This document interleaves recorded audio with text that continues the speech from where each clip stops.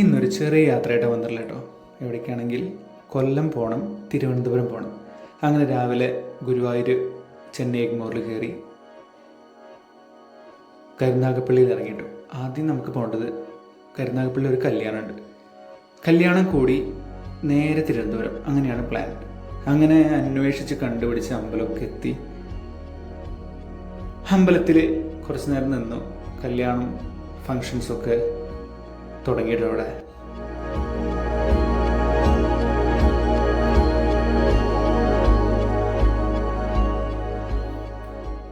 അങ്ങനെ അവിടുന്ന് ബലേപേഷായിട്ട് ഫുഡൊക്കെ അടിച്ച് വീണ്ടും റെയിൽവേ സ്റ്റേഷനിൽ വന്നിരുന്നു. കട്ട പോസ്റ്റ് ആയിരുന്നു കേട്ടോ. വൈകുന്നേരം 3:30 ട്രെയിൻ. ഹിന്ദുക്കളുടെ കല്യാണം ആയതുകൊണ്ട് പെട്ടെന്ന് ഫുഡ് അടി കഴിഞ്ഞു. അപ്പോഴേക്കും കുറച്ച് നേരം ഇപ്പോൾ ട്രെയിൻ വന്നു. നേരെ തിരുവനന്തപുരം സെൻട്രൽ റെയിൽവേ സ്റ്റേഷനിലെത്തി. അങ്ങനെ തിരുവനന്തപുരത്ത് ആദ്യമായിട്ടാട്ടോ ഞാൻ വരണത്. തിരുവനന്തപുരത്തിൻ്റെ സൗന്ദര്യമൊക്കെ ആസ്വദിച്ചൊരു ഓട്ടോ പിടിച്ച് നേരെ ഞാൻ റൂം ബുക്ക് ചെയ്തിട്ടുണ്ടായിരുന്നു. റൂമിൻ്റെ അവിടെ എത്തി.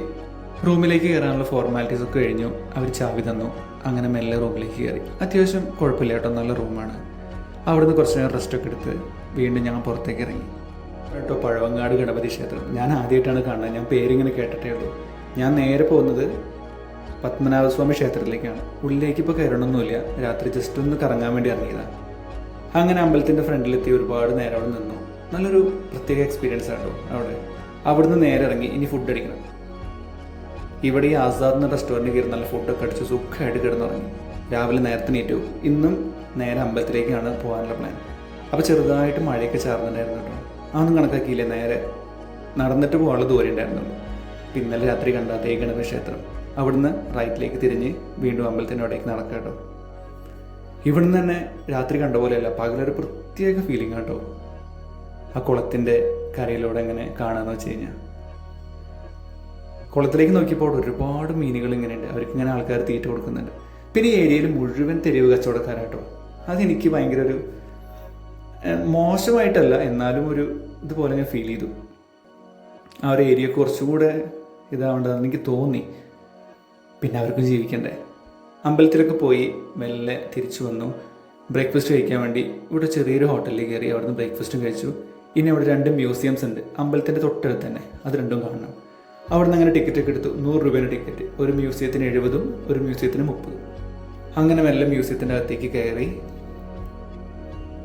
പുത്തൻമാളിക മ്യൂസിയം, പിന്നെ അല്ലെങ്കിൽ കുതിരമാളിക മ്യൂസിയം എന്നൊക്കെയാണ് ഒരു പേര്. അകത്ത് ഫോട്ടോയും ക്യാമറയും അങ്ങനെ മറ്റൊരു കാര്യങ്ങളും അലൗഡ് അല്ല കേട്ടോ. പുറത്തുനിന്ന് വീഡിയോസ് എടുക്കാൻ, ഫോട്ടോസ് എടുക്കാൻ എന്നല്ലാതെ ഉള്ളിലേക്കൊന്നും കയറ്റാൻ സമ്മതിക്കില്ല എന്നല്ല, നമ്മളത് ചെയ്തില്ല. നമ്മൾ ഒരാൾ വേണ്ടാന്ന് വെച്ച് കഴിഞ്ഞാൽ പിന്നെ അത് ചെയ്യുന്നത് മോശമല്ലേ. അങ്ങനെ പുറത്തെ കാഴ്ചകളൊക്കെ ഒരുപാട് കണ്ടു. നല്ല രസമുള്ള മ്യൂസിയം ആട്ടോ. ഒരുപാട് സിനിമകളിലൊക്കെ ലൊക്കേഷൻ ഞാനിത് കണ്ടിട്ടുണ്ട്. ഉള്ളിലാണെങ്കിൽ അതിഗംഭീരമാണ്. പക്ഷേ നമുക്ക് കാണാൻ പറ്റില്ലല്ലോ, കാണിക്കാനും പറ്റില്ല. അങ്ങനെ പുറത്തൊക്കെ കുറേ നേരം ചുറ്റി നടന്നു.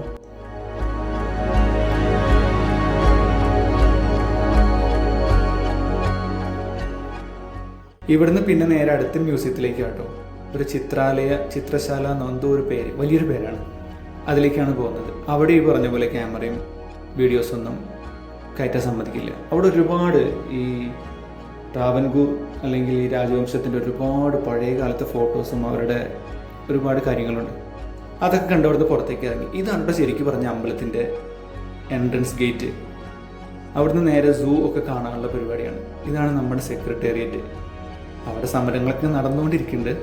അങ്ങനെ സെക്രട്ടേറിയറ്റ് ഒക്കെ കണ്ടു. ഞാനിത് ആദ്യമായിട്ട് കേട്ടോ, ട്രിവാൻഡ്രത്ത് ആദ്യമായിട്ടുണ്ട്. ഇതൊക്കെ നമുക്ക് ആദ്യമായിട്ട് കാണുന്നൊരു ഫീലിംഗ് ആണ്.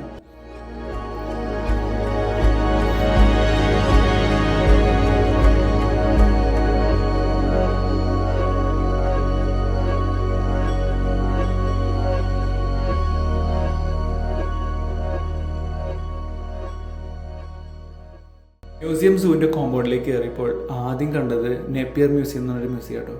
മ്യൂസിയത്തിൻ്റെ ബിൽഡിങ്ങൊക്കെ ഒരു രക്ഷയില്ല.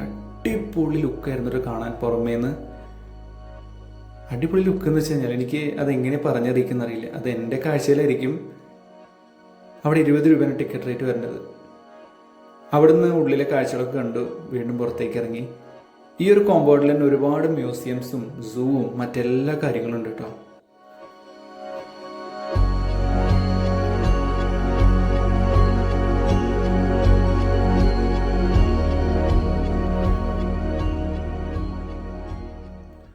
അത് കഴിഞ്ഞിട്ട് നേരെ പോകുന്നത് ഹിസ്റ്ററി മ്യൂസിയത്തിലേക്കാണ്.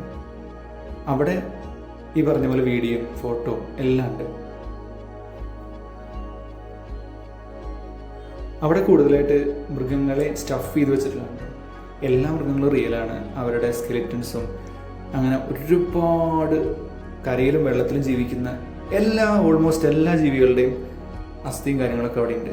ഇതിലെനിക്ക് കണ്ടപ്പോൾ ഒരു പ്രത്യേകത തോന്നിയത് 2 ലക്ഷം വർഷങ്ങൾക്ക് മുമ്പുള്ളൊരു മരം ഇവിടെ ഇങ്ങനെ പ്രിസർവ് ചെയ്ത് വെച്ചിട്ടുണ്ട്. അത് കല്ലായി മറിയെന്നൊക്കെയാണ് പറയണത്. അങ്ങനെ ഈ ഒരു കോമ്പൗണ്ട് മുഴുവൻ, ഇതും നഗരത്തിൻ്റെ ശരിക്കും പറഞ്ഞ ഒരു നടുക്കിലാണ് ഇതെല്ലാം ഉള്ളത് കേട്ടോ. പക്ഷേ നഗരത്തിൻ്റെ ഒരു ഫീലിംഗ് ഒന്നും നമുക്ക് ഇവിടെ വന്നാൽ കിട്ടില്ല. ശരിക്കും ഒരു കാടിൻ്റെ ഒരു ഫീലിംഗ് ആണ്. അതുകൊണ്ട് നേരെ പോയിട്ട് സൂവിലേക്ക് കേട്ടോ. സൂവിൽ ഇങ്ങനെ കുറേ നേരം നടന്നു, ഒരുപാട് മൃഗങ്ങളെയും പക്ഷികളെയും ഒക്കെ കണ്ടു.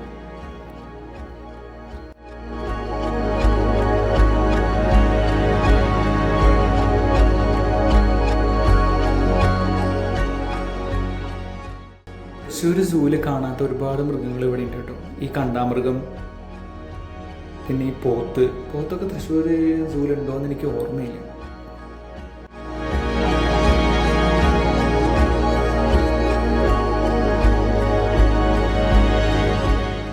ഞാനൊരു ഉച്ചയ്ക്ക് ശേഷം വന്നതുകൊണ്ടായിരുന്നു തോന്നുന്നു, മൃഗങ്ങളൊക്കെ നല്ല ഉറക്കത്തിലായിരുന്നു കേട്ടോ. എല്ലാവരും ആക്റ്റീവ് അല്ലാത്ത സമയമായിരുന്നു. എന്തായാലും വന്നതല്ലേ എന്ന് വെച്ചിട്ട് ഒന്ന് മൊത്തം കറങ്ങി. അവിടുന്ന് എല്ലാം കണ്ട് ഇറങ്ങി.